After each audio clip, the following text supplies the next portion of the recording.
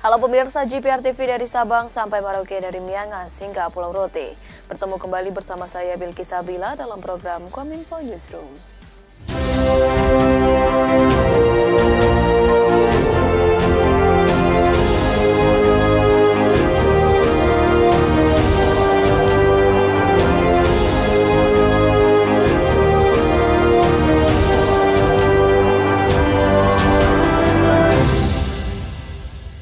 Pemirsa, inilah Kominfo Newsroom selengkapnya. Presiden Joko Widodo menunjuk Kepala Badan Pangan Nasional Arief Prasetyo Adi sebagai PLT Menteri Pertanian. Penunjukan tersebut seiring dengan pengunduran diri Menteri Pertanian Syahrul Yassin Limpo yang tengah berhadapan dengan hukum.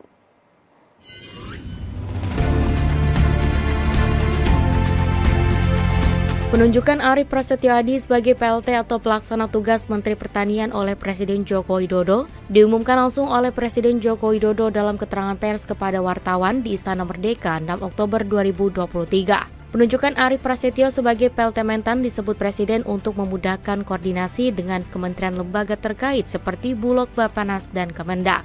Presiden menyebut telah menandatangani surat pengunduran diri Syahrul Yassin Limpo pada Kamis 5 Oktober 2023. Syahrul Yassin Limpo menyerahkan surat pengunduran diri melalui Mensesnek Pratikno.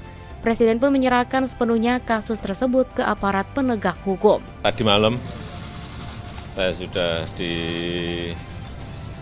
diberikan kepada saya dari Menseknek tentang surat pengunduran diri dari Pak Menteri Pertanian.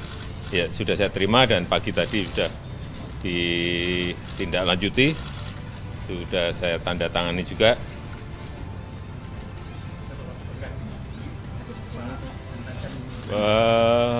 Penggantinya masih PLT-nya Pak Arief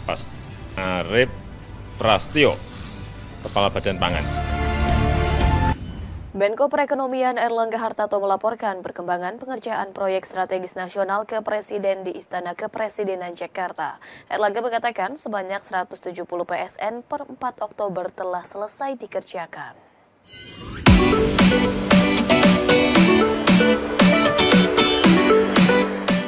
Pemerintah hingga 4 Oktober 2023 telah menyelesaikan pembangunan 170 proyek strategis nasional. Nilai investasi dari 170 PSN tersebut ditaksir sebesar 1.299 triliun, namun sebanyak 61 PSN masih dalam tahap konstruksi atau pembangunan. Hingga 4 Oktober 2023, ada 17 PSN yang telah diresmikan Presiden Joko Widodo dengan nilai total proyek mencapai 259 triliun rupiah.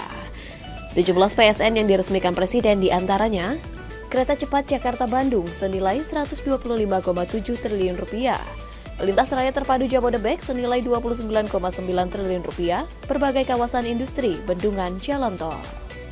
Sementara untuk tahun ini sebanyak 16 proyek belum diresmikan namun akan selesai dengan nilai investasi 16 proyek tersebut ditaksir mencapai 179 triliun rupiah.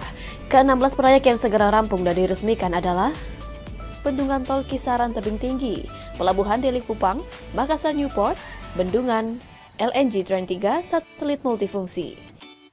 Erlangga juga menyebut tahun 2024 akan ada tambahan 25 proyek PSN yang diprediksi selesai pada 20 Oktober 2024, di mana berdasarkan perhitungan 25 proyek tersebut bernilai 151 triliun rupiah.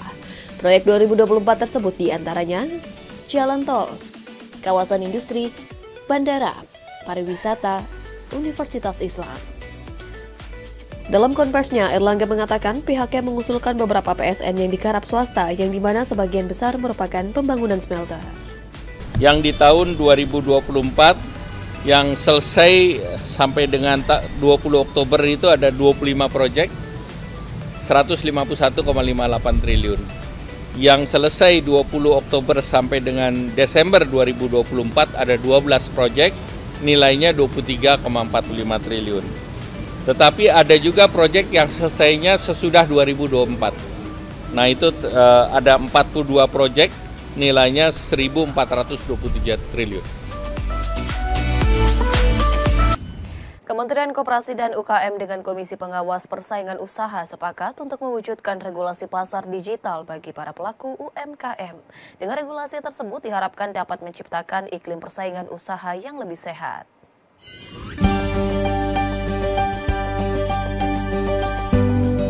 Dalam rangka mewujudkan regulasi iklim persaingan usaha yang sehat, terutama bagi pelaku UMKM di era transformasi digital, Kementerian Koperasi dan UKM berkolaborasi dengan Komisi Pengawas Persaingan Usaha atau KPPU. Dikutip dari antara Menkop UKM, Teten Mastuki mengatakan regulasi yang ada saat ini belumlah cukup kuat untuk mengatur pasar digital. Oleh karena itu, pihaknya menggandeng KPPU guna bersama-sama mengatur perdagangan online. Menteri Teten menambahkan hingga kini masih saja didapati perlakuan diskriminatif terhadap penjual independen atau show banning di dalam platform digital. Seperti misalnya algoritma yang dapat mengarahkan konsumen kepada produk dari perusahaan pengelola platform maupun perusahaan afiliasinya. Senada hal tersebut, Ketua KPPU M. Afif Hasbullah mengatakan, perkembangan e-commerce dan media sosial serta seluruh perangkatnya sangatlah besar. Namun, Indonesia ternyata belum mempunyai regulasi yang memayungi perdagangan digital secara rinci.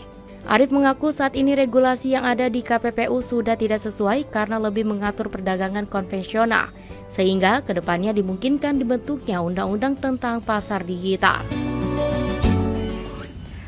Sementara itu pemirsa, tidak hanya menjadi penonton saat acara KTT ICE Forum 2023, Pemprov Bali mendorong masyarakat Bali untuk dapat berpartisipasi dalam perhelatan tersebut. Salah satunya dengan mempromosikan cenderamata khas Bali. Selain itu, masyarakat khususnya pelaku ekonomi diharapkan dapat memanfaatkan berbagai peluang dari gelaran ICE Forum 2023.